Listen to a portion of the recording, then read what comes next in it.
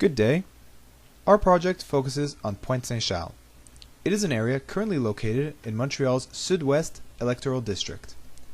If you'd want to visit the point, as it is sometimes affectionately called, by metro, you would take the Green Line to the Charlevoix metro station. Before we start, it is important to remember that the borders of Pointe Saint-Charles are sometimes difficult to define. This image is an important part of that. The green shaded area represents St. Anne's Ward, a subdivision of the city that has now ceased to be referred to as such. In St. Anne's, you could find what is both the Point and Griffintown.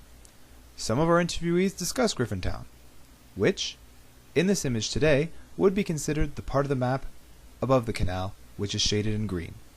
It is important to remember how close these two areas were to each other, and how they were thus interconnected. Please, enjoy our video discussing the past, present, and future of the point. Thank you.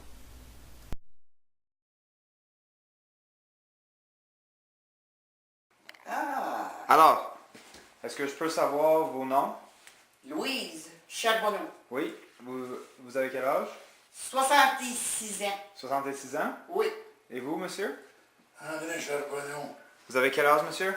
73 ans. 73 ans? Et comment est-ce que vous connaissez la pointe? Moi, ça a été ma place un peu pour moi. Toi, t'es laitier un peu, hein, dans le point, André? Ah oui. Oui. Moi, c'est plus moi, la pointe. Ouais? Oui. T'as J'arrivais là, j'étais très jeune. Mes parents ont déménagé de Bellemare à Pointe-Saint-Charles.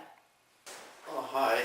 My name is Joe Promache. I'm Stephanie's grandfather. I'd like to tell you about the Bean family in Pointe St. Charles. We lived there in about 1948, will be my story. This is my grandfather, Arthur Bean. This is my grandmother, Paula Gravel. And this is my mother's name, Fleurette. Now, I'm a direct descendant. This is a picture that taken, my grandfather, grandmother, and their son, Lucien, which was my uncle. Now, if I start by, telling you I was living in St. Henry, and, we'd go and play quite often in Pointe St. Charles. Okay, what's your name and how long have you lived in Griffintown? My name is Jeffrey Dungan, and I've lived in Griffintown for coming up on 3 years now. And you also run a website, griffintown.org? Yep, I'm in charge of the griffintown.org website. Has a lot of pictures and maps about the history of both the neighborhood of Pointe St. Charles and Griffintown. Yeah, exactly. It started off the Committee for the Sustainable Redevelopment of Griffintown, which was formed when developers came in and tried to do mega projects in the neighborhood. And the residents weren't that pleased about what was on the table, and then that committee formed, and then eventually with time we decided why not have a website where we can at least diffuse as much information as possible about the neighborhood so people can make informed decisions about what's coming down the pipe. It started, part of it started here in Pointe St. Charles, and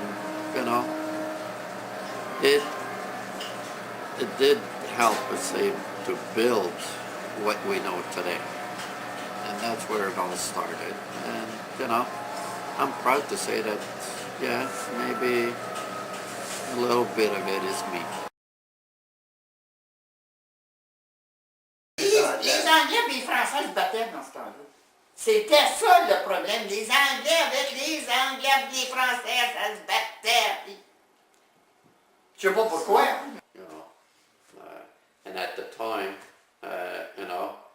the French and the English didn't mix. How so?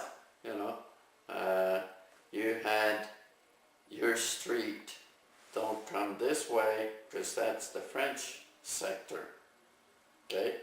And if you're going there, you better not be alone, because somebody would pick on you, okay?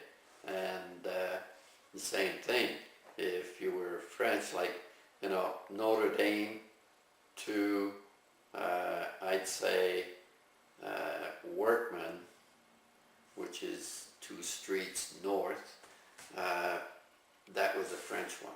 That was the French sector. On Atwater and St. Catherine, that's where the old forum is, or was, and that was English. From St. Antoine up, that was English. See? So every time you'd want to have a little fun, you'd take off 8, 10, 12 of us, little gang, and then go into the English sector and see who would come and challenge us.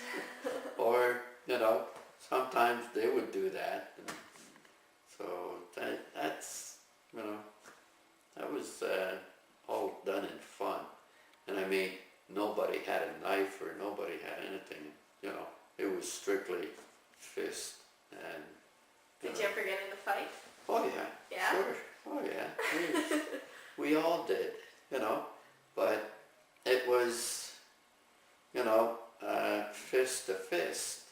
I mean, nobody would carry a knife or, you know, something to really hurt somebody. You know. Yeah, you'd have a shiner, you know, black eye, or, you know, you'd be bleeding from the nose, but say, well, next time I'll get you. Puis il y avait les Islandais à Griffintown, hein, André, un peu plus loin, il y avait le Griffintown. Il y avait les Irish people, là. Ça chicanait, ça se battait avec les Anglais puis les Français. André, il a connu ça, il s'est battu avec les Français puis les Anglais. Ouais, je me souviens de tes histoires de ça, tu me racontais ça une fois. Moi, je me suis jamais battu. Non? Non. Oh, excuse-moi, oui, je me suis battu une fois.